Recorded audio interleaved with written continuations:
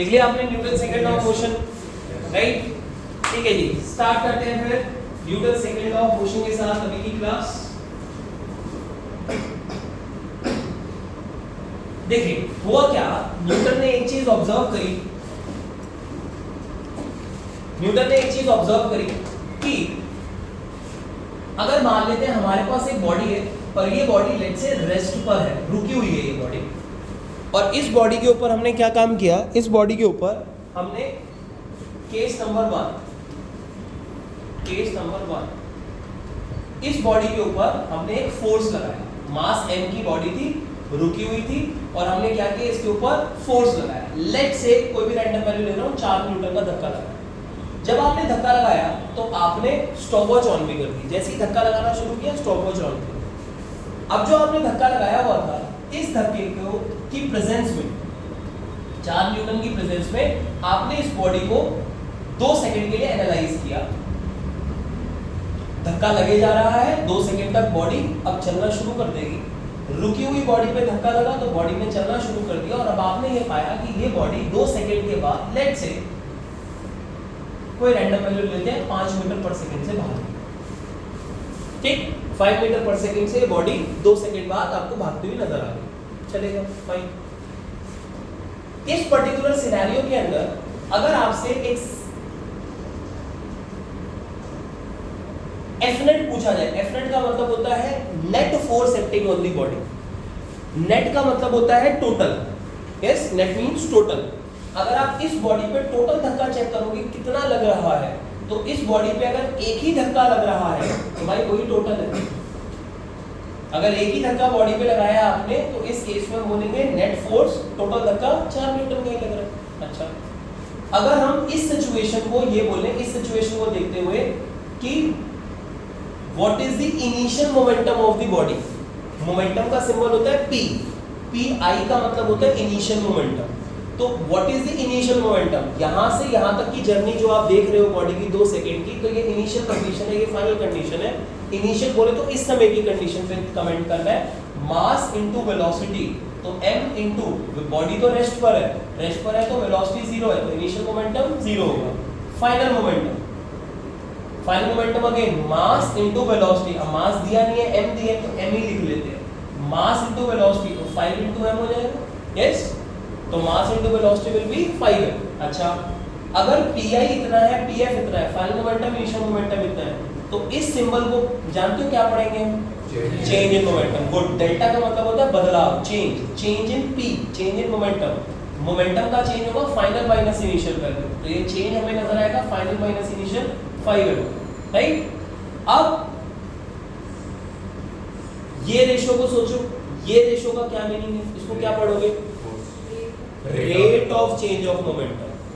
ये कभी भी किसी चीज को अगर हम समय से डिवाइड कर देते हैं तो उसको फिजिक्स में रेट बोला जाता है, लेकिन हमने चेंज इन मोमेंटम को समय से डिवाइड किया, डेल्टा टी बोले तो टाइम इंटरवल होता है, तो जब आपने टाइम से डिवाइड कर दिया किसी चीज को तो रेट निकल जाएगा, तो इसको बोलते हैं ओवरऑल फ्रैक्शन को rate of change of momentum, ठीक है। तो मोमेंटम कितनी तेजी से चेंज हो रहा है, ये वो रेशियो है, तो this is rate of change of momentum. तो डेल्टा p, न्यूमरेटर की वैल्यू तो 5 है, डेल्टा t कितने समय में ये बदलाव हो रहा है, 2 सेकंड में हो रहा है, डिवाइड बाय 2 कर दिया, तो ये आंसर कितना आ जाएगा, 2.5 है। ओके, केस नंबर 2 देखिए, यहां बनाते हैं केस नंबर 2। यही वाली बॉडी, मास m की बॉडी रुकी हुई थी, और लेट से बाहर से धक्का मैंने डबल वैल्यू पर लगाना शुरू किया और स्टॉपवॉच ऑन कर। मान लो पहले इस बॉडी पे मैं एक हाथ से धक्का लगा रहा था, अब मान लो मैं बॉडी पे दोनों हाथ से धक्का लगा रहा हूं, तो पहले 4 का धक्का लगता था मुझसे, अब 8 का लग रहा है लेट से। तो अगर 8 का धक्का लग रहा होगा, अब मैंने बॉडी को फिर से 2 सेकंड के लिए एनालाइज किया, तो जब मेरी घड़ी में 2 सेकंड हो गए थे, मैंने फिर एनालाइज किया बॉडी को। अब आपसे एक छोटा सा क्वेश्चन ये है, अब बॉडी की स्पीड, जब मैंने 8 का धक्का लगाया तो बॉडी की स्पीड 5 ही नजर आएगी, 5 से कम नजर आएगी, या 5 से ज्यादा नजर आएगी, क्या लगता है आपको प्रैक्टिकली अगर हम करके देखें तो डेफिनेटली 5 से ज्यादा नजर आनी चाहिए। प्रैक्टिकली एक्सपेरिमेंट करके देखेंगे, ज्यादा बड़ा धक्का ज्यादा स्पीड एक्वायर होगी गिवन टाइम के अंदर, राइट। तो ऐसा देखा ही गया कि जो आपको इंट्यूशन भी हो रही है कि बॉडी ज्यादा तेज ही भाग रही होगी, ज्यादा धक्का लगा है, और अगर एक्चुअल में ये देखा गया कि जब धक्का डबल किया स्पीड भी डबल हो गई, 4 न्यूटन पे अगर 5 पैदा हो रही थी तो 8 न्यूटन पे 10 की स्पीड पैदा हो गई थी 2 सेकंड बाद। तो हमारे पास 8 न्यूटन पे बॉडी अब ज्यादा तेजी से भाग रही है, 10 से भाग रही है। फिर से सेम कहानी चेक करते हैं, इनिशियल मोमेंटम निकालते हैं, कितना होगा initial momentum? 0, mass into speed 0 है। फाइनल मोमेंटम कितना होगा? 10m, mass into velocity m into 10 10m। What will be the change in momentum? 10m, है ना? फाइनल माइनस इनिशियल करोगे 10m आएगा। What will be the rate of change of momentum? 10m/2 बनेगा ये वाली value, और ये कितना हो जाएगा? 5 है, ये बन जाएगा 5 है। चलेगा? अब देखो देखा क्या गया, पहले 1 मिनट इस बात को समझते हैं। न्यूटन ने ये ऑब्जर्व किया कि केस नंबर 2 में अगर आपसे पूछा जाए what is net force acting on the body, तो एक ही धक्का लग रहा है अगर 8 का, तो यही टोटल धक्का है, यही वैल्यू आ जाएगी 8 न्यूटन। पहले वाले केस में F नेट था 4 और rate of change of momentum आ रहा था 2.5m। दूसरे वाले केस में मेरा F नेट, मेरा टोटल धक्का जो लग रहा है बॉडी पे वो 8 का लग रहा है और मेरा rate of change of momentum आ रहा है 5 है।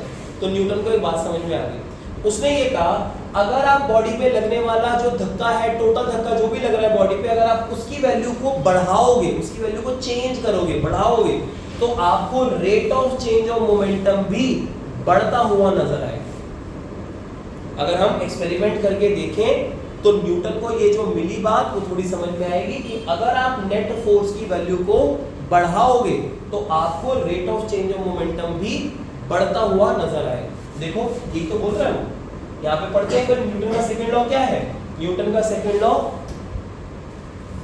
यहां तक पढ़ते हैं अभी हम, पहले यहां तक की कहानी समझ में आएगी हमें। This law states that rate of change of momentum is directly proportional to net force applied on the body. बाहर से धक्का लगाओगे आप, net external force applied on the body, ठीक है।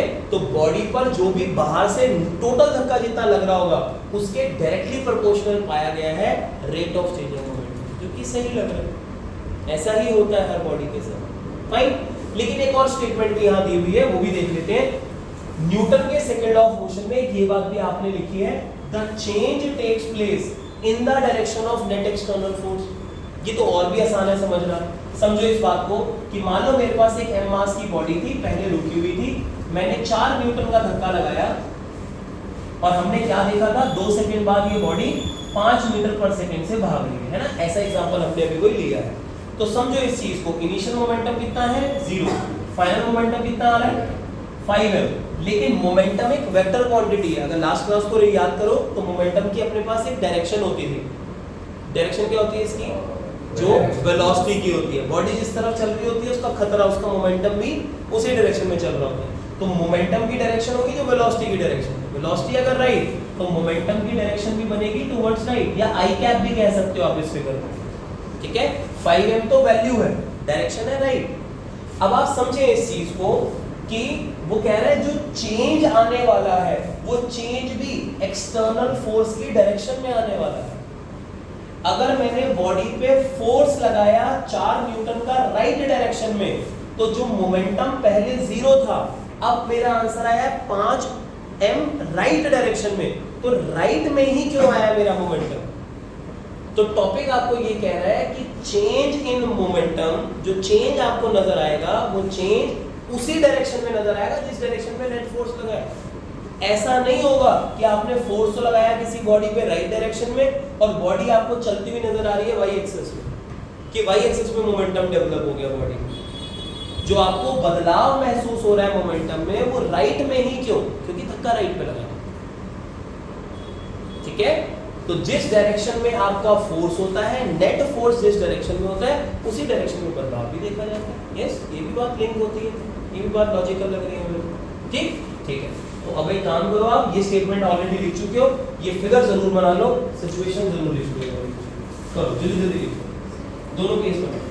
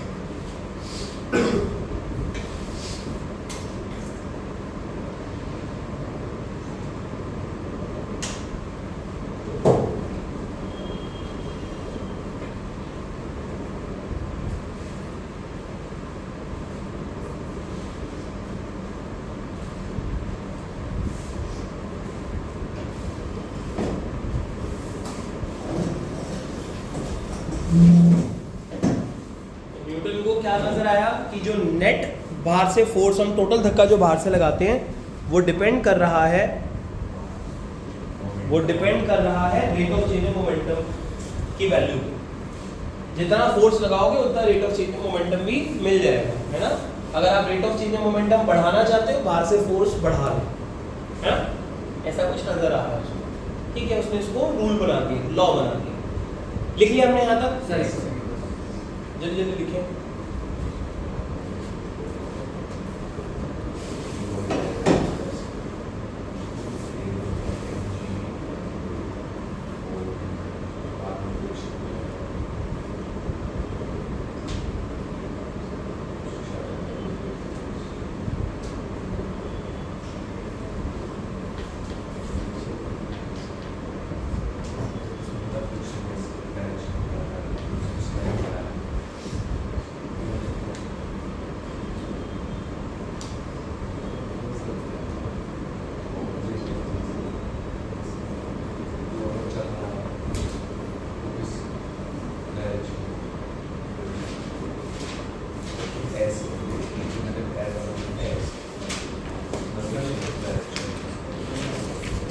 देखो नेक्स्ट पॉइंट देखें प्लीज। यहां तक अगर कहानी समझ गए हो तो नेक्स्ट पॉइंट देखो। न्यूटन को अभी तक इस एग्जांपल के थ्रू ये तो समझ में आ गया है कि कहीं ना कहीं rate of change of momentum और नेट फोर्स आपस में रिलेटेड है। लेकिन अब उसने क्या काम किया, जब उसको ये पता चल गया कि अगर इसकी वैल्यू बढ़ेगी तो इस एक्सप्रेशन की वैल्यू भी बढ़ेगी। यस, तो अब उसने क्या करा, उसने ये कहा कि इन दोनों को बराबर ही बोल दो।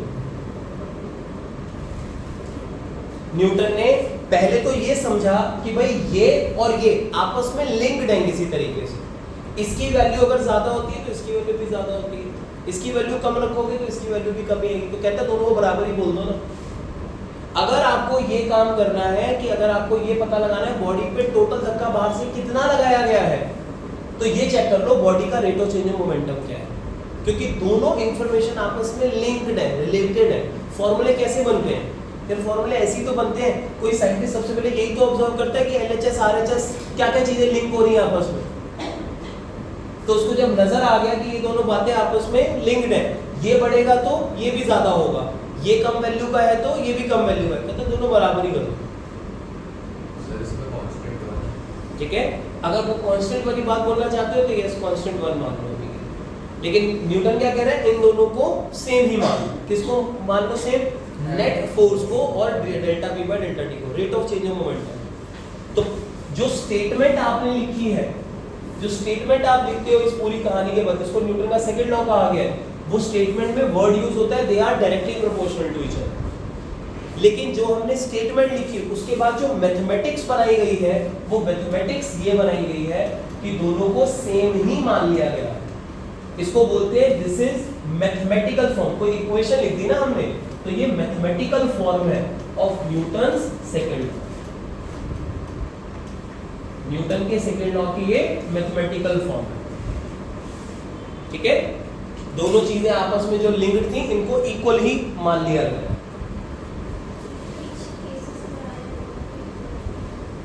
इनमें जो पीछे केसेस करे हैं उनमें इक्वल ही है। एक्चुअल में ये 4 न्यूटन और ये 2.5 m दोनों बराबर ही होंगे। यहाँ पे तो अभी m की टर्म्स में आंसर आ रहा है ना। तो ये जो भी सिचुएशन रही होगी कि m ऐसी वैल्यू का m एक ऐसी वैल्यू रही होगी कि जिसको अगर 4 न्यूटन का धक्का लगता तो ये m की वैल्यू 5 आ जाती। ये एक स्पेसिफिक मास होगा जो 2.5 m इक्वल टू 4 के बराबर होने से जो भी मास की वैल्यू निकल कर आएगी, ये वही वाला मास रहा। ठीक है, क्योंकि आप ये थोड़ी ना कि किसी भी मास को उठा लोगे और 4 का धक्का लगाओगे 2 सेकंड बाद वो 5 का हो जाएगा। एक स्पेसिफिक मास ही होता होगा जिसको 4 न्यूटन 2 सेकंड के लिए एक्सपीरियंस कराओगे तो वो 5 का होगा। तो ये 2.5 m इस तरीके का होगा, delta P by delta T जो आ रहा है वो इस 4 के बराबर ही होगा। ठीक है, तो मैथमेटिकल फॉर्म हमारे पास क्या आ रही है, न्यूटन का सेकंड लॉ क्या कह रहा है, rate of change of momentum और एफ नेट दोनों बराबर है। राइट, ठीक। अब अगली चीज समझो इसमें, अगर इन दोनों को बराबर ही मान लिया गया है, इन दोनों इंफॉर्मेशन की सेम ही इंफॉर्मेशन है, ये दोनों एक साथ ही बढ़ती हैं एक साथ ही घटती हैं, तो इसके ऊपर कुछ क्वेश्चंस बनते हैं। उससे थोड़ा और आपकी थ्योरी स्ट्रांग बनेगी। देखो क्वेश्चन सॉल्व करते हैं इस पे। एनसीईआरटी का क्वेश्चन नंबर 4.5, ठीक है, क्वेश्चन नंबर 4.5 तीसरा पॉइंट है आज की क्लास का। सेकंड पॉइंट वो मैथमेटिकल फॉर्म थी, ठीक है, एनसीईआरटी बैक एक्सरसाइज का क्वेश्चन नंबर 4.5। सबसे पहले इसकी फिगर बनाओ, इस क्वेश्चन की फिगर बनाए, फिर चेक करते हैं कि न्यूटन का सेकंड लॉ कैसे यूज किया जाएगा इस क्वेश्चन को सॉल्व करने के लिए। आप फिगर बनाओ पहले इस क्वेश्चन की।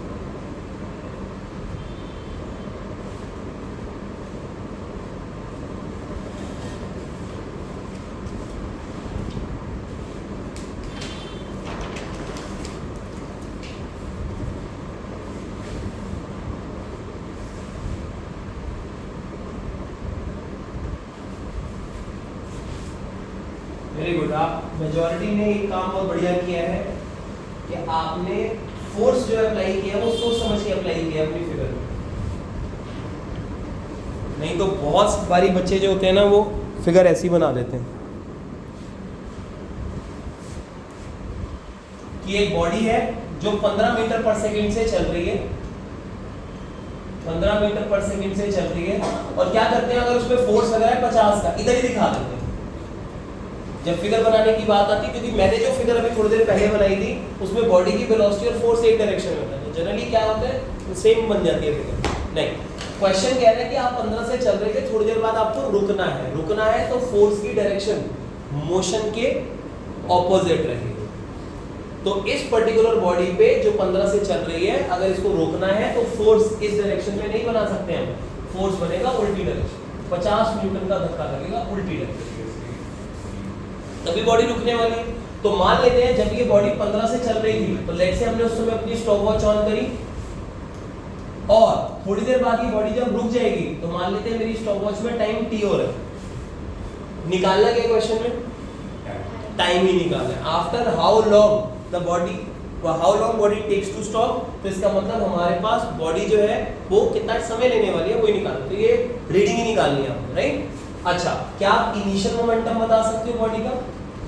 इनिशियल मोमेंटम जीरो नहीं है, मास इनटू वेलोसिटी 15 m शायद दिया हुआ है, 20 किलो की बॉडी है, तो ये 20 kg की बॉडी है, तो 20 इंटू 15 अगर हम करेंगे तो 300 आंसर आएगा। लेकिन 300 क्या? kg metre per second. Yes, final momentum कितना होगा बॉडी का? जीरो होगा। लेकिन अकॉर्डिंग टू न्यूटन का सेकंड लॉ, बॉडी पे लगने वाला जो टोटल धक्का होता है वो तो बॉडी के rate of change of momentum के बराबर होता है। यस, अब जरा चेक करो, ध्यान से पढ़ो क्वेश्चन को। क्वेश्चन में क्या लिखा है?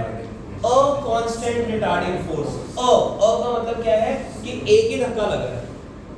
जब बॉडी पर एक ही धक्का लग रहा है तो वही बॉडी पे लगने वाला टोटल धक्का भी माना जाएगा।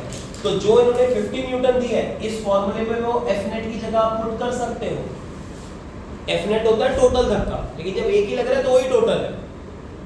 अभी आने वाले टाइम पे कुछ आज की क्लास में हम कुछ ऐसे क्वेश्चन देखेंगे जब बॉडीज पे मल्टीपल फोर्स लग रहे होंगे। मल्टीपल फोर्स में फिर F नेट कैसे लिखा जाएगा वो भी सीखेंगे। लेकिन अभी इस बात को गेन करो, F नेट होता है टोटल धक्का कितना लग रहा है बॉडी पे। जब एक ही धक्का लग रहा है तो वही टोटल है। हाँ, आ रहे हैं उस बात पे भी। अब लेकिन ये धक्के की डायरेक्शन किस तरफ है? नेगेटिव एक्स एक्सिस में। अगर ये नेगेटिव एक्स एक्सिस में लग रहा है, इसलिए इसको 50 नहीं -50 लिखा है, क्योंकि फोर्स एक्चुअल में अपने साथ डायरेक्शन कैरी करता है, वेक्टर क्वांटिटी है। तो अब इसकी डायरेक्शन अगर नेगेटिव एक्स एक्सिस में है तो मैथमेटिकली जब हम फॉर्मूला यूज करते हैं तो साइन के साथ वैल्यू पुट करते हैं। तो माइनस साइन ये शो कर रहा है कि 50 न्यूटन का धक्का नेगेटिव एक्स एक्सिस में लगा, equal to delta P by delta T, change in momentum, change होता है हमेशा final value minus initial value. Solve करते हैं, फाइनल माइनस इनिशियल, तो माइनस का 300 हो जाएगा, 0 में से 300 माइनस करके divided by time taken, time हो जाएगा t माइनस 0, t का हो जाएगा, माइनस से माइनस कटेगा, t ऊपर जाएगा, 50 नीचे आएगा, तो t will become 300 by 50 which is 6 seconds, खत्म, 6 सेकंड से। ठीक है, तो ऐसे क्वेश्चन किस पे बेस्ड है? न्यूटन के सेकंड लॉ के ऊपर बेस्ड है, जिसमें क्या माना गया है, rate of change of momentum actual में नेट फोर्स से रिलेटेड था, फिर हमने उन दोनों को बराबर ही मान लिया कि फोर्स की कैलकुलेशन इसी फॉर्मूले से कर ली जाएगी, delta P by delta T से। ठीक,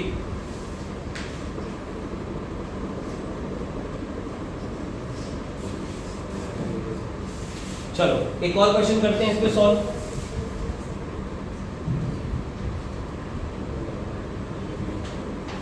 क्वेश्चन नंबर 4.6, चौथा पॉइंट है आज की क्लास का। क्वेश्चन नंबर 4.6, पहले फिगर बनाओ और फिर इस क्वेश्चन को सॉल्व करना स्टार्ट करो। फोर्थ पॉइंट है आज की क्लास का 4.6 एनसीईआरटी।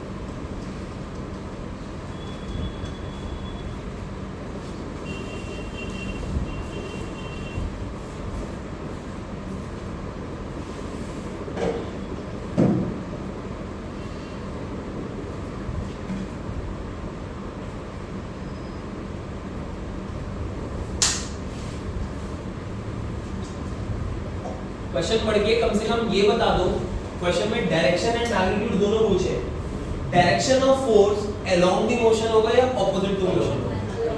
Along the motion. क्यों कह रहे हो अलोंग द मोशन? क्योंकि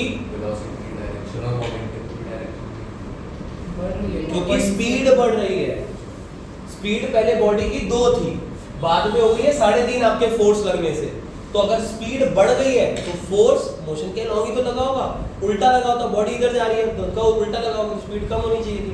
क्वेश्चन तो स्पीड बढ़ा रहा है, तो इसकी डायरेक्शन का आंसर पता है क्या होता है? सबसे पहले डायरेक्शन का आंसर आपके मन में क्लियर होना चाहिए, direction of forces along the motion. जिस डायरेक्शन में बॉडी जा रही होगी बस उसी डायरेक्शन में धक्का लगाओ। It should be along the motion because speed is increasing. ठीक है, फाइन। अब हम इसकी फिगर बनाते हैं। पहले फिगर बनाओ, आप सब ट्राई करो अपने फिगर। फिगर बनाओ, इनिशियल मोमेंटम लिखो, फाइनल मोमेंटम लिखो, फिर rate of change of momentum निकालो अपने आप, एफ नेट रिलेट हो जाएगा।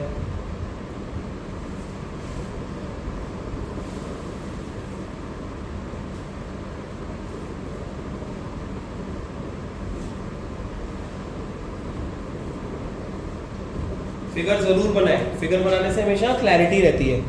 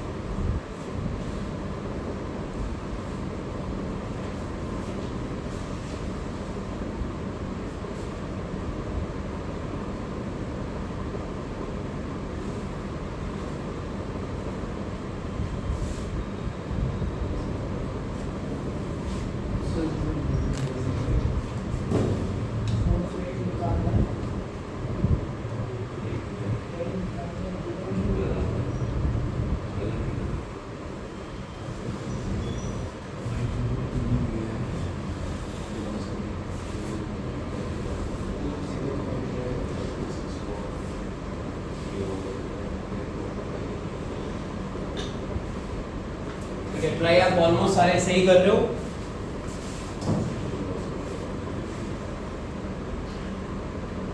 बस कैलकुलेशन मिस्टेक एक दो जने जो कर बैठे हैं, जल्दी से मैं भी देख लेता हूँ। देखो, देखते हैं एक बारी क्वेश्चन को। एक body already 2 metre per second से चल रही है, तो आपने एक बॉडी बनाई 3 किलो की। यहाँ पे आपका 3 किलो का मास है जो ऑलरेडी 2 मीटर पर सेकंड से चल रहा है। लेट्स से ये अभी आपने स्टॉपवॉच ऑन करी तो बॉडी 2 से चल रही थी।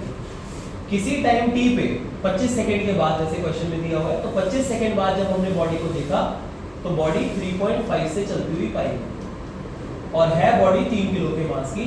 तो इसका इनिशियल मोमेंटम निकाला जा सकता है 3 × 2 6 kg मीटर पर सेकंड, और फाइनल मोमेंटम भी आप निकाल सकते हो। कितना हो जाएगा? 10.5 5 kg मीटर पर सेकंड है ना, 3 into 3.5 10.5 बन जाएगा।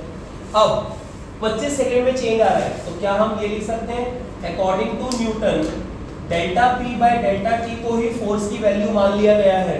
तो क्या delta P change in momentum कितने का हो रहा है 4.5 का, तो यहाँ लिखोगे 4.5 डिवाइडेड बाय कितने टाइम में हो रहा है ये सब 25 सेकंड्स में।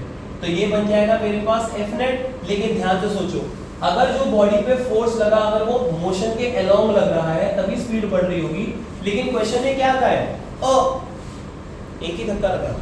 क्या जो भी वो धक्का आपने दिखाया है क्या एफ नेट की जगह पे वही धक्के का सिंबल यूज करोगे ना, तो ये एफ ही निकल जाएगा। वो जो अकेले धक्के की बात कर रहा है वो वही निकल रहा है। तो यहाँ पे इस फॉर्मूले से ये वो अकेला धक्का आ जाएगा और ये बन जाएगा 4.5 बाय 25। सॉल्व करोगे शायद 0.18 आएगा इसका आंसर। 0.18 न्यूटन। ठीक है जी, 0.18 न्यूटन। मैग्नीट्यूड ये है, डायरेक्शन ये, डायरेक्शन ये क्यों, क्योंकि स्पीड बढ़ रही है। बस अब आपको पूरी क्लैरिटी आ रही है इस चीज की, राइट। तो न्यूटन के सेकंड लॉ के ऊपर बेस्ड ये क्वेश्चंस है। बढ़े आगे, चलो नेक्स्ट पॉइंट में चलते हैं आगे। फिफ्थ पॉइंट आज की क्लास का वो देखिए।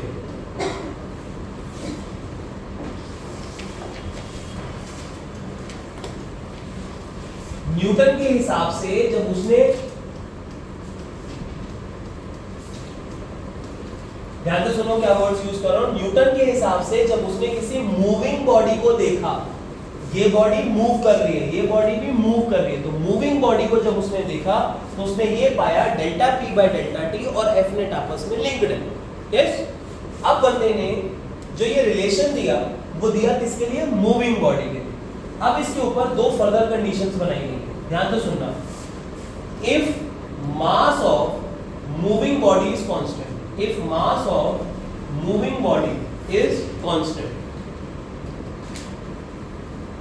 अब हमारे दिमाग में ये डाउट आ सकता है सर मास तो हमेशा ही कांस्टेंट होता है। ऐसा जरूरी नहीं है, चलती हुई बॉडी का मास चेंज भी हो सकता है। एग्जांपल देता हूं आपको, ये आपके कोर्स में नहीं है ये वाला एग्जांपल, लेकिन सुन लीजिए। एक रॉकेट को अगर हम देखें तो एक रॉकेट अपने अंदर फ्यूल लेके चलता है। जब स्पेस में जाना होता है तो जब वो स्पेस में जा रहा होता है तो उसका फ्यूल बर्न होता है, और वो फ्यूल बर्न होता है बहुत ही सिग्निफिकेंट रेट पे। समय के साथ बहुत जल्दी जल्दी फ्यूल बर्न होता है क्योंकि बहुत हैवी है वो रॉकेट। तो उस रॉकेट को जब ऊपर जाना है तो ये एक ऐसी मूविंग बॉडी है जिसका मास समय के साथ बहुत जल्दी जल्दी बदल रहा होगा। अगर बहुत जल्दी जल्दी बदल रहा होगा तो हर मूविंग बॉडी का मास विद टाइम कांस्टेंट रहे ऐसा जरूरी नहीं है।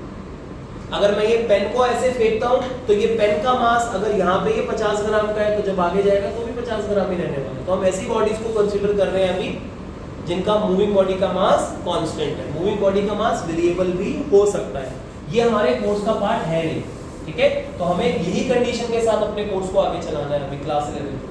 तो if mass of moving body is constant, तो ये अब आपको पार्ट क्लियर होना चाहिए कि हमारे कोर्स में जो कहानी है वो एक लिमिटेड कहानी है। हाँ, वेरिएबल नाम की भी कोई चीज हो सकती है, वो कॉलेज में फर्स्ट ईयर में जाके पढ़ाई करते हैं। लेकिन अभी इस पे देखते हैं, अगर मास कांस्टेंट है तो देखो ये फॉर्मूले को मैं क्या लिखने वाला हूँ, क्या जो एफ नेट है वो देखो कैसा लिखा जाएगा। F net will become equal to change in momentum upon time taken, right? Change in momentum, change in momentum को मैं क्या लिख सकता हूँ, देखो final momentum minus initial momentum होगा delta P। Final momentum m into v, v generally symbol use करते हैं एक मूविंग बॉडी की फाइनल वेलोसिटी के लिए। m into v will become final momentum minus m into u, good, u use करते हैं initial speed के लिए, तो ये बन जाएगा इनिशियल मोमेंटम, ये बन जाएगा final momentum divided by delta T। हाँ जी, इसी फॉर्मूले को ऐसा भी लिख सकते हैं। अब इस फॉर्मूले में ऐसा लिखने में ये स्टेटमेंट कहाँ यूज हुई, कहाँ यूज हुई ये वाली स्टेटमेंट? मास मैंने वेलोसिटी जब फाइनल ली तो भी m लिया है, इनिशियल कंडीशन में भी मास m ही लिया है। सोचो अगर ये रॉकेट मूव करने वाला केस होता तो क्या होता, m v में m होता m फाइनल, वो होता फाइनल मोमेंटम में m final into v minus m initial into u, और m इनिशियल ज्यादा वैल्यू का होता, m इनिशियल हायर वैल्यू होता रॉकेट के केस में क्योंकि विद टाइम मास कम हो रहा है, तो फाइनल वैल्यू इनिशियल वैल्यू अलग अलग आएगी, तो मूविंग बॉडी में आपको मास चेंज करना पड़ेगा। तो ये स्टेटमेंट यूज हो रही है यहाँ पे, लॉजिक लगना चाहिए। बातों का। हाँ m क्या होगा, कॉमन आ जाएगा। m अगर कॉमन आ गया तो बोलो ब्रैकेट में क्या बचेगा, v माइनस यू को डेल्टा v लिख देता हूँ। डेल्टा v बोले तो change in velocity upon delta t। Try करो, ये रेशो को क्या पढ़ोगे आप, एक्सेलरेशन। पढ़ेंगे क्या इसको, rate of change of velocity. Rate of change of velocity, इस रेशो को अगर पढ़े तो इसी को डिफाइन किया गया है एक्सेलरेशन। तो अब मेरे पास फॉर्मूला क्या तैयार हो गया, F net is equal to m into acceleration. क्या सीखे अभी के लिए कि 9th क्लास से 9वीं क्लास से f equal to ma, f equal to ma जो हम पढ़ते हैं, एक्चुअल में ये कंडीशन बेस्ड रिजल्ट है, ये डेरिवेशन है उसकी। ये फॉर्मूला सिर्फ तब लगता है उन मूविंग बॉडीज पे लगता है जिनका मास बदल नहीं रहा होता है समय के साथ। f equal to ma rocket पे नहीं लगता है, ठीक है। तो ये फॉर्मूला ये वाली फॉर्म ले लेगा, लेकिन तब ले लेगा जब मास कांस्टेंट। 11th क्लास में न्यूटन का सेकंड लॉ दो तरीके से जाना जाता है, ये भी ठीक है, इसको ये भी लिखा जा सकता है, क्योंकि हमारे कोर्स में ये कंडीशन ट्रू है। तो हमारे कोर्स में न्यूटन का सेकंड लॉ ये भी है, ये भी। लेकिन जैसे ही आपके कोर्स में वेरिएबल मासेस आ जाएंगे तो न्यूटन का सेकंड लॉ सिर्फ ये है, क्योंकि ये फॉर्मूला जिस कंडीशन को फॉलो करता है, अगर कोई और कंडीशन भी आपके कोर्स में आ जाएगी तो उसके लिए फॉर्मूला कुछ और बन जाएगा, इसका रूट कुछ और होगा, ठीक है। फाइन, हमारे कोर्स में ये और ये दोनों ही न्यूटन के सेकंड लॉ मान लिए जाएंगे, ठीक। चलो एक और कंडीशन जल्दी से ये भी समझते हैं। अभी फिलहाल जो आप मूविंग बॉडी को ऑब्जर्व कर रहे थे, ये मूविंग बॉडी को हमने ऑब्जर्व किया लेट्स से अभी 2 सेकंड के लिए।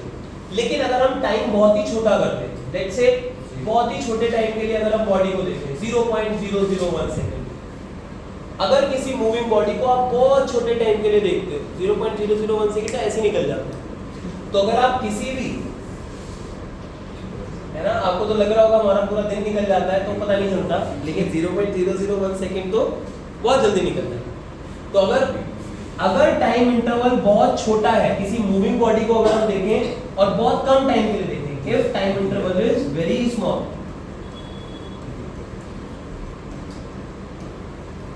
ठीक है, अगर टाइम इंटरवल बहुत ही छोटा होगा तो ये फॉर्मूला ये वाला रूप ले लेगा। डेल्टा टी को लिखा जाएगा गुड, सही बोल रहे हो, dt, क्योंकि d सिंबल यूज किया जाता है फिजिक्स में तब जब चीजें बहुत छोटे लेवल पे बात कर रहे होते हैं। तो डेल्टा t बन जाएगा dt जब टाइम इंटरवल बहुत छोटा है, और बॉडी के मोमेंटम में जो बदलाव आ रहा होगा वो भी बहुत कम आ रहा होगा, dp। थोड़ा लॉजिक देता हूं इस बात का, ट्राई करना है इस लॉजिक को गेन करने का। हमारे कोर्स में बॉडी का मास चेंज हो रहा है या नहीं हो रहा, हमारे कोर्स में मास चेंज नहीं हो रहा है। सोचो बॉडी का मोमेंटम क्या होता है, मास इनटू वेलोसिटी। मोमेंटम में चेंज हमारे कोर्स के हिसाब से बात करूं तो सिर्फ तब आएगा जब वेलोसिटी बदलेगी। मास तो बदल ही नहीं रहे हम अपने कोर्स में, यस। कोई चीज मास इनटू वेलोसिटी होती है, उसमें बदलाव लाने के लिए या तो मास बदल लो या तो वेलोसिटी बदल लो या दोनों बदल लो, लेकिन मास तो बदल ही नहीं रहे हम अपने कोर्स में, कोर्स की लिमिटेशन है।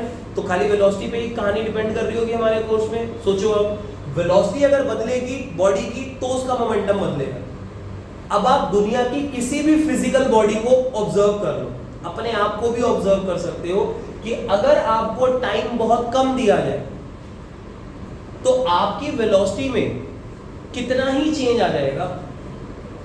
अगर आपको समय बहुत कम दिया जा रहा है, अगर आपको एकदम से बोला जाए भागो, भागना नहीं है, अगर आपको बोला जाए एकदम से भागो, तो जब आपको भागना शुरू करोगे, अभी आप उठना शुरू करोगे, 1 या 2 सेकंड के बाद जाके आप कोई स्पीड ऑब्टेन कर पाओगे।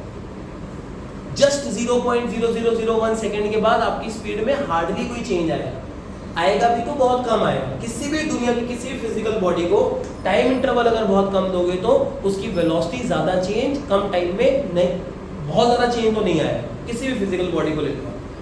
तो जब वेलोसिटी में कम चेंज आएगा तो वेलोसिटी का चेंज ही मोमेंटम का चेंज बनने वाला है, वेलोसिटी के चेंज के कारण ही मोमेंटम चेंज होगा।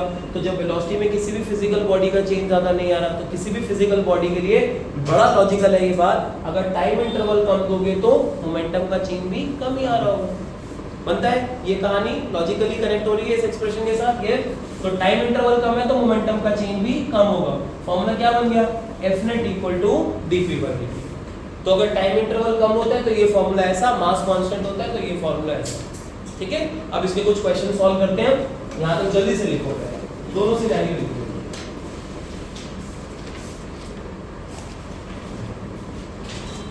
बड़े लिख लिया हमने, यहाँ तक लिख लिया। चलो फिर इसके ऊपर क्वेश्चन करते हैं। छठा पॉइंट, होमवर्क 33 जो आपको भेज दिया गया है उसका शायद क्वेश्चन नंबर 6 है, एक मिनट चेक कर लेते हैं। Homework 33 question number 6।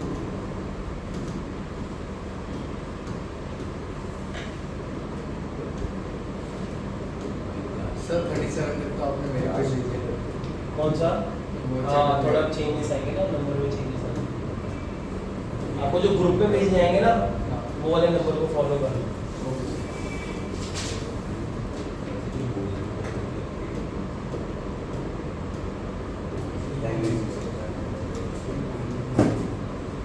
हाँ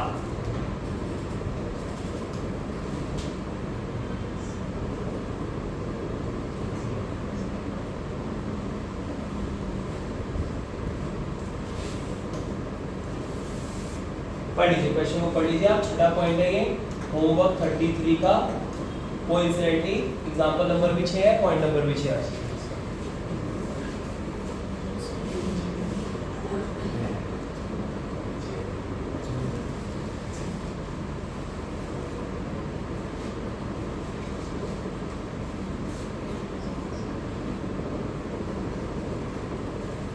जो जस्ट हमने अभी पॉइंट लिया है उसके बाद ये क्वेश्चन को इसलिए उठा रहे हैं क्योंकि रिलेटेड अब उससे है ये पॉइंट। ध्यान से अगर देखें तो क्वेश्चन अगर आप पढ़ चुके हो तो क्वेश्चन में फोर्स की बात की जा रही है, मास की बात की जा रही है, एक्सेलरेशन की बात की जा रही है। तो पक्की बात है हमारे कोर्स में न्यूटन का सेकंड लॉ दो फॉर्मूले लेके बैठा हुआ है, delta P by delta T और m इनटू a। तो पक्की बात है ये m इनटू a वाला फॉर्मूला यूज हो रहा होगा क्योंकि सारे वही डेटा है, फोर्स भी है, मास भी है, एक्सेलरेशन भी है। तो पहले सबसे पहले फर्स्ट कहानी बनाते हैं। फिर से क्या लिखा हुआ है? A force. ये अ तो समझ में आ गया होगा आपको, एफ नेट की बात हो रही होती है ना। अकेला धक्का है तो वही ना एफ नेट है। तो हमें फॉर्मूला पता है, एफ नेट होता है ma। तो सबसे पहले क्वेश्चन बनाने वाले ने कोई बॉडी दी है m1 मास की, ओके, इस पे धक्का लग रहा है 5 न्यूटन का, फाइन। एक्सेलरेशन कितने का दिया हुआ है? 8 मीटर पर सेकंड स्क्वायर का। जो इंफॉर्मेशन है वो फिगर में बनाने की कोशिश करिए, ध्यान से सुनो। लेकिन एक्सेलरेशन की डायरेक्शन मैंने राइट क्यों बनाई है इस क्वेश्चन में? 8 वो बढ़ तो गई क्योंकि वो एक्सेलरेशन बढ़ रही है। ना एक्सेलरेशन की डायरेक्शन राइट क्यों बनाई है? वेरी गुड, क्योंकि फोर्स की डायरेक्शन राइट बनाई है। समझो इस बात को भी, किसी भी बॉडी पे ये फॉर्मूला वैलिड है, F net equal to ma, right? अब अगर ये फॉर्मूला अगर किसी मूविंग बॉडी पे हम लगा सकते हैं तो ये फॉर्मूले के हिसाब से अगर आप देखो F net equal to ma के हिसाब से अगर दो चीजें बराबर है तो भाई जो LHS है और जो RHS है उनको सेम प्रॉपर्टी फॉलो करनी चाहिए, तभी तो दोनों बराबर होंगे। यस, दो चीजें बराबर तभी तो होगी, जैसा LHS होगा वैसा RHS होगा। तो एक्सेलरेशन की डायरेक्शन क्या होगी? वही होगी जो LHS की होगी। तो LHS की डायरेक्शन अगर मैंने राइट दिखाई है तो एक्सेलरेशन भी राइट ही दिखाऊंगा। अगर मैंने दिखाया था बॉडी पे 5 इधर लग रहा है, मेरा 8 भी इधर ही लग रहा होता। समझ गए इस बात को? यस, तो जो फोर्स की डायरेक्शन है वही एक्सेलरेशन की डायरेक्शन है, फाइन। तो अब इस बॉडी पे लगाओ F net इक्वल टू में, इकलौता धक्का लग रहा है तो यही F net है, ओके। मास m1 है, एक्सेलरेशन 8 है, तो m1 की वैल्यू कितनी आ गई? 5/8। सब कुछ ऐसा यूनिट में है तो 5/8 भी केजी में आंसर आ रहा होगा। आगे बढ़ते हैं। अब वो कह रहा है यही फोर्स m2 पे लगा और एक्सेलरेशन इतना आ गया। एक और फिगर बना लेते हैं, उसमें कौन सी बड़ी बात है? m2 मास, फोर्स लगा 5 न्यूटन का, एक्सेलरेशन आ गया 24 मीटर पर सेकंड स्क्वायर। अच्छा, फिर से लगा दो इस मूविंग बॉडी पे F net equal to ma, ठीक है। F net की जगह 5, m की जगह m2, एक्सेलरेशन की जगह 24। m2 की वैल्यू कितनी आ जाएगी? 5/24, इतना केजी। इसके बाद वो क्या कह रहे हैं कि अगर क्या एक्सेलरेशन होगा अगर दोनों बॉडीज को टाई कर दोगे आप एक साथ, दोनों बॉडीज एक साथ टाई कर दोगे तो अब टोटल मास कितना हो जाएगा? m1 plus m2। धक्का अभी भी कितना लगाना है? 5 का ही लगाना है। वो कह रहे हैं ना what acceleration would it give? It कौन है? ये 5 न्यूटन का धक्का, ये कितना एक्सेलरेशन देगा इस m1 m2 के कॉम्बिनेशन को? तो आपको ये a निकालना है। तो अब आप लगाओ इस फिगर पे लगाओ F net equal to ma। जब ये दोनों बॉडी मिलके चल रही होंगी तो इस मूविंग कॉम्बिनेशन पे अगर हम ये फॉर्मूला लगा दें F net equal to m, right, तो क्या बन जाएगा F net कितना हो जाएगा 5, मास कितना हो गया m1 प्लस m2, अरे m1 m2 तो निकाले हुए वैल्यू डायरेक्टली पुट कर दो 5/8 plus 5/24, 5/8 plus 5/24 into a।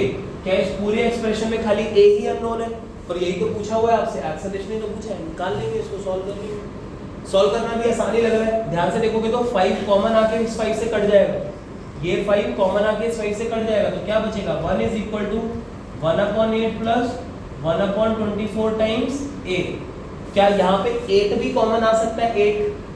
8 common ले सकते हैं, 8 को कॉमन लेके इधर भेज देते हैं, तो क्या बन जाएगा अगला एक्सप्रेशन 8 इज इक्वल टू, इधर क्या बचा 1 प्लस 1/3, चेक कर लो 8 कॉमन ले लिया नीचे से और दूसरी तरफ क्रॉस मल्टीप्लाई करके, राइट। यहाँ पे एलसीएम लो, कितना बन जाएगा 3 प्लस 1/4, 4/3 इनटू 8, 4 और 8 टेबल में आ गई ना 2, 3 इधर जाएगा तो एक्सेलरेशन की वैल्यू कितनी आ गई, कितनी आ गई 6, 3 इधर जाके 6 मीटर पर सेकंड। बस ये आंसर खत्म, ठीक है, आंसर 6 ही है। 6 अच्छा आंसर है 6। अरे ज्यादा ही कोइंसिडेंस हो गया, ये दो तो मैच करेंगे हमेशा, है ना भाई। हमारा पॉइंट भी 6 है, गुड। होमवर्क नंबर 33 है, ये भी 3 + 3 6 है, ठीक है। सर +1 +1 क्या है +1 क्या है? ये मेरे को नहीं पता, खाला फॉर अ रीजन, अच्छा धोनी, अरे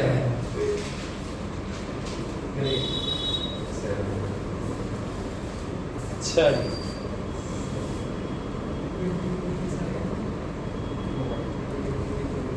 ठीक है, ये कर सकते हैं ऐसा क्वेश्चन। हाँ 7th पॉइंट पर आते हैं हम, ठीक है ना।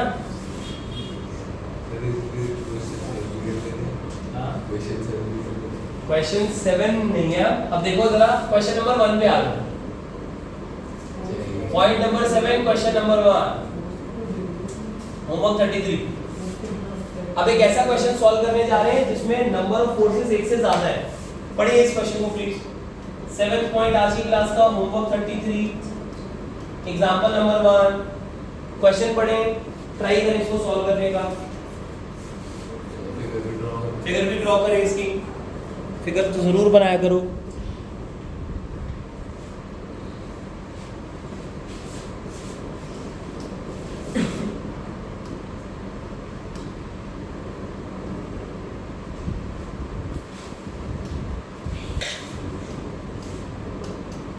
Homework 33 question number 7 example number 1।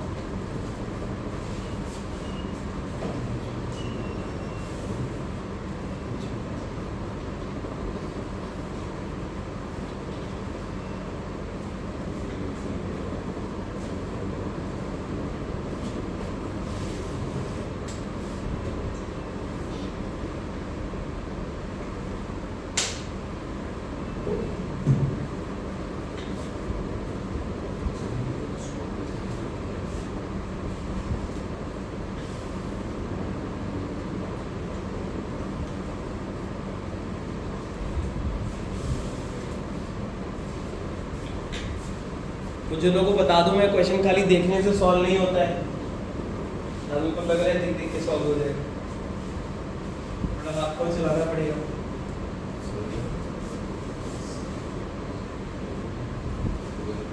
ठीक है, गुड। 15 आ रहा है आंसर, आ रहा है शायद 15, हाँ सही है, गुड, ठीक है।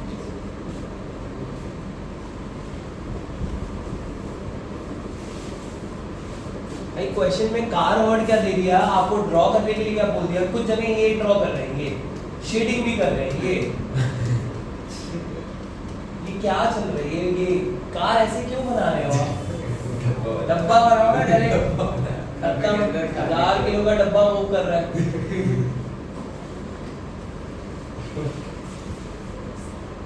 तो कार ऊपर से शेडिंग, नहीं मैं थोड़ा कह रहा हूँ आखिरी केस सर आगे मैं कह रहा हूँ टाइम सेव करोगे सर आगे मैं कह रहा था ये तो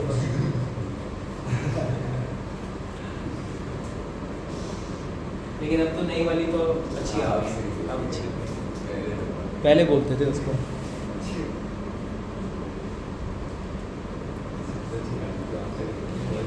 लेकिन सबसे ज़्यादा चल रही है वो। नहीं तो बंद हो गई थोड़ा लेकिन सबसे अच्छी हुई थी।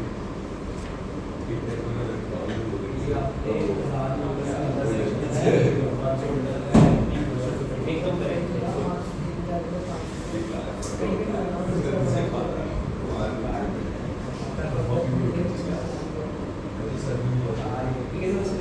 इसमें शेडिंग अभी आपने नहीं करी लेकिन टाइम सेव करना है। हाँ जी आ जाओ बैठो बैठो। हाँ बिल्कुल रुक सकते हो भाई।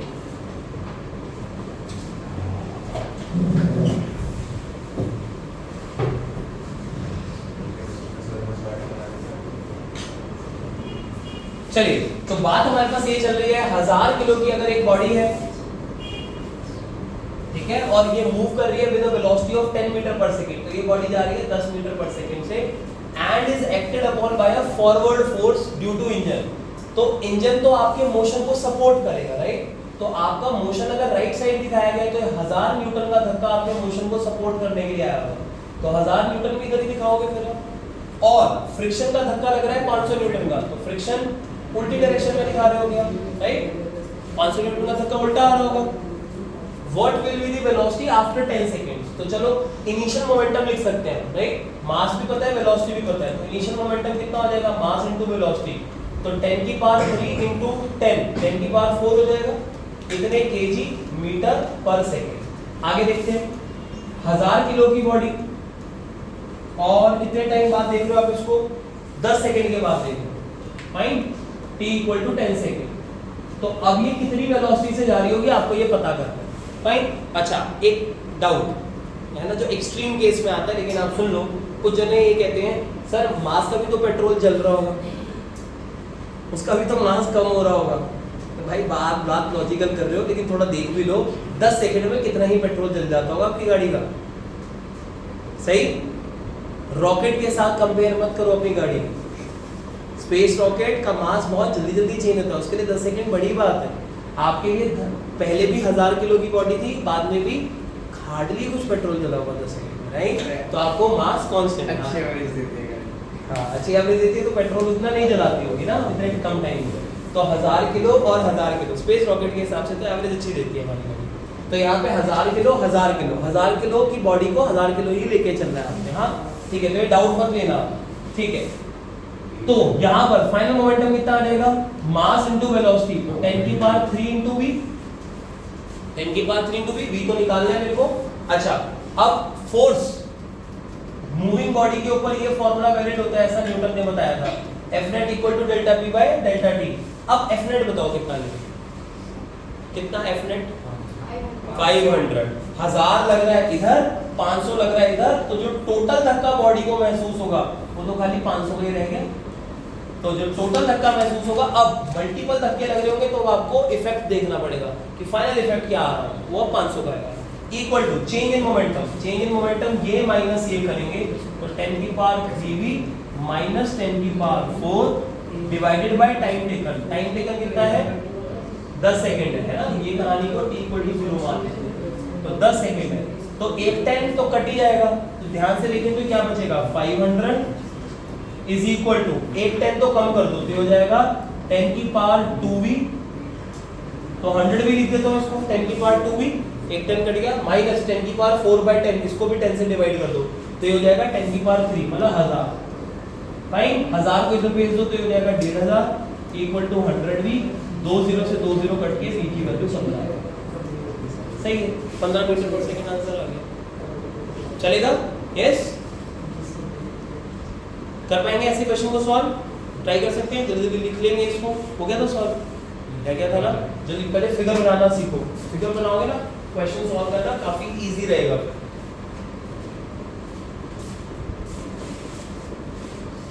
चलो 8वां पॉइंट लिखें second law of motion 8 point लिखो जल्दी से second law of motion and differentiation. काफी इजी क्वेश्चन आता है एक, लेकिन इंपॉर्टेंट है। Second law of motion heading है, हेडिंग, डेरिवेशन नहीं, न्यूमेरिकल के लिए हेडिंग लगवाइए, second law of motion and differentiation. Second law of motion and differentiation.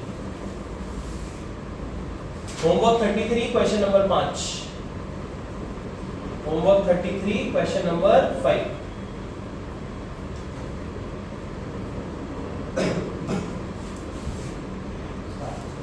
चलिए पढ़ लीजिए आप इस क्वेश्चन को।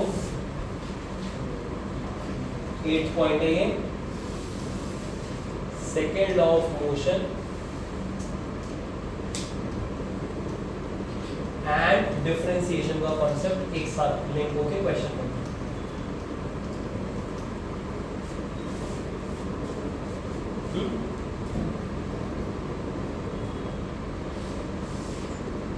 पढ़िए क्वेश्चन। तो एक बॉडी की पोजीशन समय के साथ चेंज हो रही है, और उन्होंने पोजीशन कैसे चेंज हो रही है एक एक्सप्रेशन भी दे दी है, टाइम के साथ रिलेट किया एक्स को, और लिखा हुआ है ए बी सी कांस्टेंट्स है। ऐसे क्वेश्चंस हम चैप्टर नंबर 2 में करते हैं, काइनेमेटिक्स वाले चैप्टर में करते हैं, मोशन स्ट्रेट लाइन में करते हैं, जहां पर आता है कि अगर x समय के साथ दिया हुआ है तो आप वेलोसिटी निकाल सकते हो मूविंग बॉडी की इस फॉर्मूले से, dx/dt से।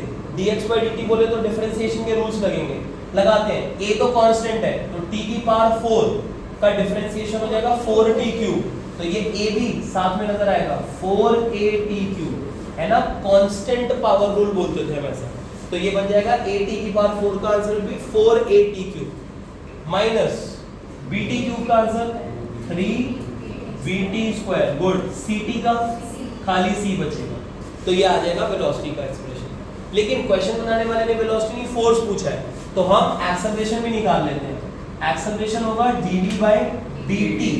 dv/dt वेलोसिटी का एक्सप्रेशन आ चुका है, इसका डिफरेंशिएशन करते हैं 4at3 का।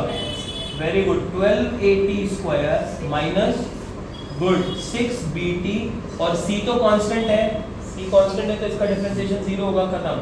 लेकिन अगेन मुझे फोर्स चाहिए, एक्सेलरेशन नहीं। फोर्स होता है मास इनटू एक्सेलरेशन, है ना, F नेट होता है मास इनटू एक्सेलरेशन। तो जो भी उन्होंने फोर्स पूछा है वो F नेट की जगह पे लिख दो, मास इनटू एक्सेलरेशन की जो ये वैल्यू आ रही है वही वैल्यू यहाँ डाल दोगे, तो ये वाला आंसर आपका आ जाएगा, m इनटू ये वाला आंसर, ये आंसर। समझ गए? ये डिफरेंशिएशन के क्वेश्चन है, इजी क्वेश्चंस हैं, लेकिन ठीक है एक बार पता होना चाहिए ऐसे क्वेश्चंस का भी। ठीक, एक टाइप का क्वेश्चन हमें और करना है आज की क्लास में। हेडिंग डालो 9th point, second law of motion and equation of motion. Second law of motion and equation of motion. Second law of motion and equation of motion.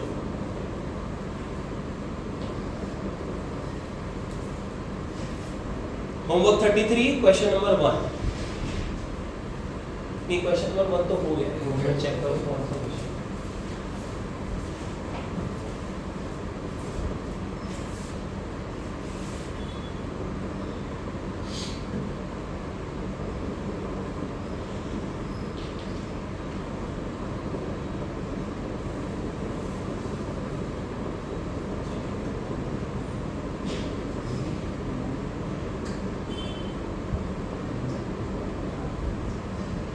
Homework 33 example number 2 है, 2 पे चलते हैं फिर।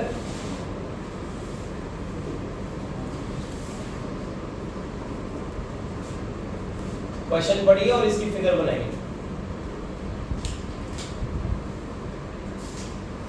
Question है आपकी screen पर,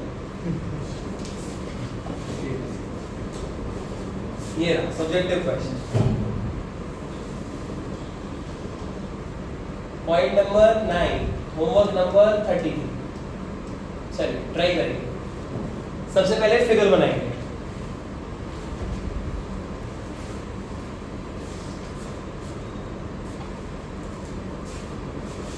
ये heading है सेकेंड लॉ ऑफ मोशन।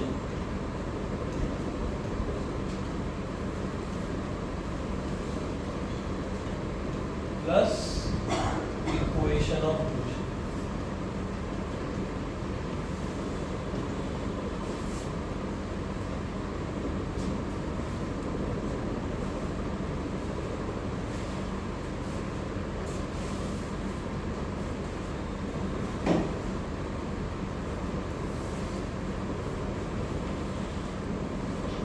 ये होमवर्क असाइनमेंट आपको भेजा जा चुका है व्हाट्सएप पे, क्वेश्चन वहां से भी मिल जाएगा आपको। हाँ वेरी गुड, फिगर तो बहुत अच्छी बनाई है, सॉल्व भी करें हम। 1 1 सब बना दिए साथ में।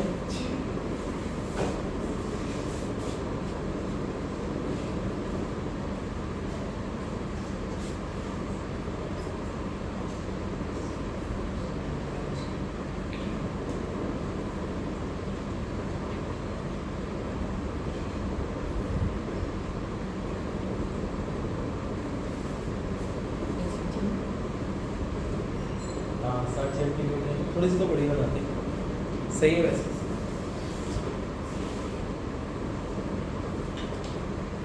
जितना बड़ा बुलेट ब्लॉक उतनी बड़ी बुलेट। दोनों आपस में रोक कैसे रहा होगा, दोनों सेम मास की बॉडी है तो दोनों इक्वली नहीं गुड होंगी एक दूसरे को हिट करके एक दूसरे को चलाने के लिए। अरे वो बोल रहा है अगर वो रोक पा रहा है बुलेट को तो वुडन ब्लॉक डेफिनेटली बड़े साइज का है। प्रैक्टिकली भी सोचिए।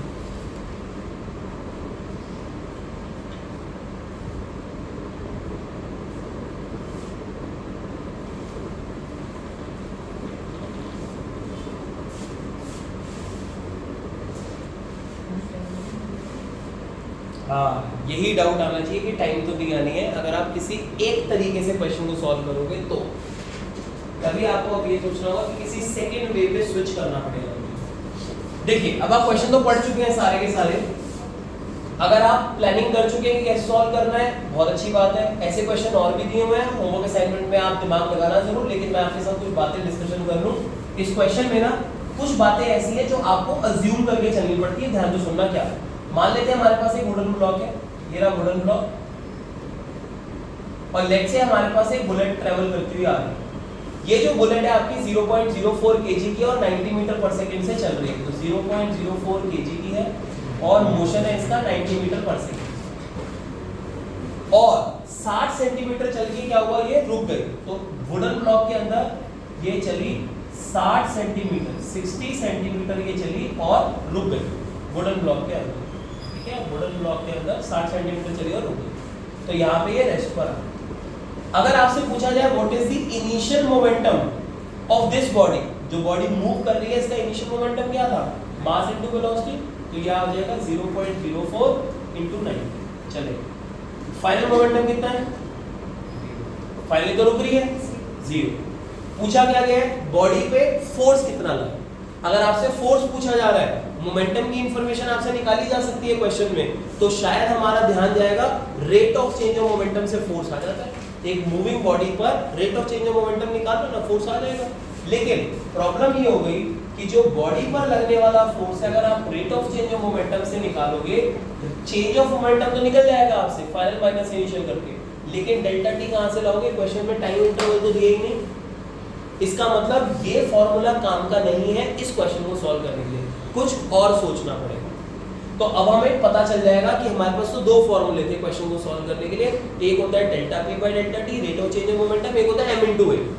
तो हमने अब सोच ये रखी कि अगर F net equal to ma, दूसरे फॉर्मूले पे जंप करते हैं, F net equal to ma, F net equal to ma पे ये ध्यान रखना है आपको, या ये एज्यूम करना है आपने कि अगर किसी बॉडी को, जैसे ये बॉडी अंदर जा रही है, ट्रेवल कर रही है, और अगर ये रुक रही है, ठीक है, अगर ये रुक रही है तो इस पे उल्टी डायरेक्शन में फोर्स तो लगा होगा, लेकिन हम ऐसा इमेजिन कर रहे हैं ऐसे क्वेश्चन में कि जो फोर्स लगा होगा लेट्स से वो कांस्टेंट वैल्यू का लगा होगा। जो भी फोर्स इस बॉडी पे लगा है ये हमारी assumption है, इसके पीछे कोई लॉजिक नहीं है, ये जस्ट assumption पे बेस्ड क्वेश्चंस होते हैं। ये हम इमेजिन करके चल रहे हैं कि लेट्स से जो फोर्स बॉडी पे लगा है वो कांस्टेंट है। अगर कांस्टेंट मान लिया जाए तो क्या हो जाएगा, फिर मास तो कांस्टेंट है इस बॉडी का। जब ये कांस्टेंट इमेजिन कर लिया और मास कांस्टेंट है तो पूरे एक्सप्रेशन में खाली a ही बचा। जब ये भी कांस्टेंट, ये भी कांस्टेंट, a भी कांस्टेंट ही रहा होगा। किसी भी इक्वेशन में कोई अकेली चीज वेरी नहीं कर सकती समय, ये वेरी करेगी तो किसी और को भी वेरी करना पड़ता है। यस, तो अगर ये कांस्टेंट तो इसको भी कांस्टेंट ही होना पड़ेगा। तो मास तो कांस्टेंट है हमारे कोर्स में, तो बुलेट का मास चेंज हो नहीं रहा। फोर्स हमने खुद से इमेजिन कर लिया, अगर कांस्टेंट है तो ए भी कांस्टेंट हो जाता है। अगर एक्सेलरेशन कांस्टेंट हो जाए किसी मूविंग बॉडी का, तो अब आएगा चैप्टर नंबर 2 की थ्योरी कि जब एक्सेलरेशन कांस्टेंट होता है किसी मूविंग बॉडी का तो उस पे इक्वेशन ऑफ मोशन लग जाती है। अब लगेंगी इक्वेशंस ऑफ मोशन। तो अगर इक्वेशन ऑफ मोशन लगेंगी तो आप लगाओगे v² - u² = 2as, ये भी इक्वेशन ऑफ मोशन है, लगाते हैं। फाइनल वेलोसिटी 0 है, लिखो 0 माइनस इनिशियल वेलोसिटी 90 का square equal to 2as। Displacement कितना आ जाएगा, 60 सेंटीमीटर है तो 0.6 हो जाएगा, चलेगा। 0.6 × 2 1.2 हो जाएगा, 1.2 में इक्वल टू इधर बन जाएगा माइनस का 8100। तो एक्सेलरेशन की वैल्यू क्या आ गई, माइनस का 8100/1.2, कितने मीटर पर सेकंड। ओके, लेकिन क्वेश्चन ने एक्सेलरेशन एक फोर्स पूछा है मुझसे, तो फोर्स निकल कर आएगा Fnet = ma से। तो जिस मूविंग बॉडी को आप ऑब्जर्व कर रहे हो उसका मास दिया हुआ है 0.04 और इस मूविंग बॉडी का एक्सेलरेशन आप निकाल चुके हो, कितना आ गया, माइनस का 8100/1.2। सॉल्व करते हैं इसको। सॉल्व करने के लिए यहाँ पे सॉल्व करता हूँ फर्दर। हाँ, कलर चेंज कर देते हैं, यहाँ पे इसको सॉल्व करते हैं। इसको देखो क्या लिख सकता हूँ, 0.04 को 4/100 लिख सकते हैं, यस, माइनस 8100 डिवाइडेड बाय 1.2 को देखो क्या लिख रहा हूँ 12, ये पॉइंट हटेगा तो ऊपर एक 0 आ जाएगा, है ना, ऊपर × 10 लिख सकते हैं। ऐसे क्या बन जाएगा, 2 0 से 2 0 कट जाएंगी, 4 से 12 कट के क्या आएगा 3, और 3 और 81 टेबल में आते हैं 27 टाइम्स होता है, तो ये हो जाएगा माइनस का 27 × 10 270 न्यूटन। माइनस साइन क्या शो कर रहा है, रेजिस्टिव फोर्स है, गुड। माइनस साइन शो कर रहा है कि इस बॉडी पे जो हमने फिगर बनाई है इसमें फोर्स नेगेटिव एक्स एक्सिस में लग रहा है, तो अगर फोर्स नेगेटिव में लगेगा तभी बॉडी का मोशन रुक रहा होगा, कम हो रहा होगा। तो हमसे -270 भी सही आंसर है। आप खाली वैल्यू बताकर आ जाओ, 270 न्यूटन का धक्का लग रहा होगा बॉडी पे जो पूछा गया, तो भी सही आंसर है, ठीक है। तो 270 न्यूटन का धक्का बॉडी को लग रहा होगा। ये क्वेश्चन सॉल्वेबल सिर्फ इस कंडीशन में है कि जब आप बॉडी पे लगने वाला फोर्स कांस्टेंट मानोगे तो फिजिक्स की थ्योरी लग पाएगी कि फोर्स कांस्टेंट अगर होगा तो एक्सेलरेशन कांस्टेंट रहा होगा, तो इक्वेशन ऑफ मोशन लग के क्वेश्चन सॉल्व होगा, राइट। अब आप इस पूरे के पूरे असाइनमेंट के सारे क्वेश्चन सॉल्व कर सकते हो, आराम से सॉल्व करें ना, ये न्यूटन के सेकंड लॉ के क्वेश्चन, राइट, ठीक है। मिलते हैं फिर नेक्स्ट क्लास में, आगे कंटिन्यू करेंगे अपनी कहानी को।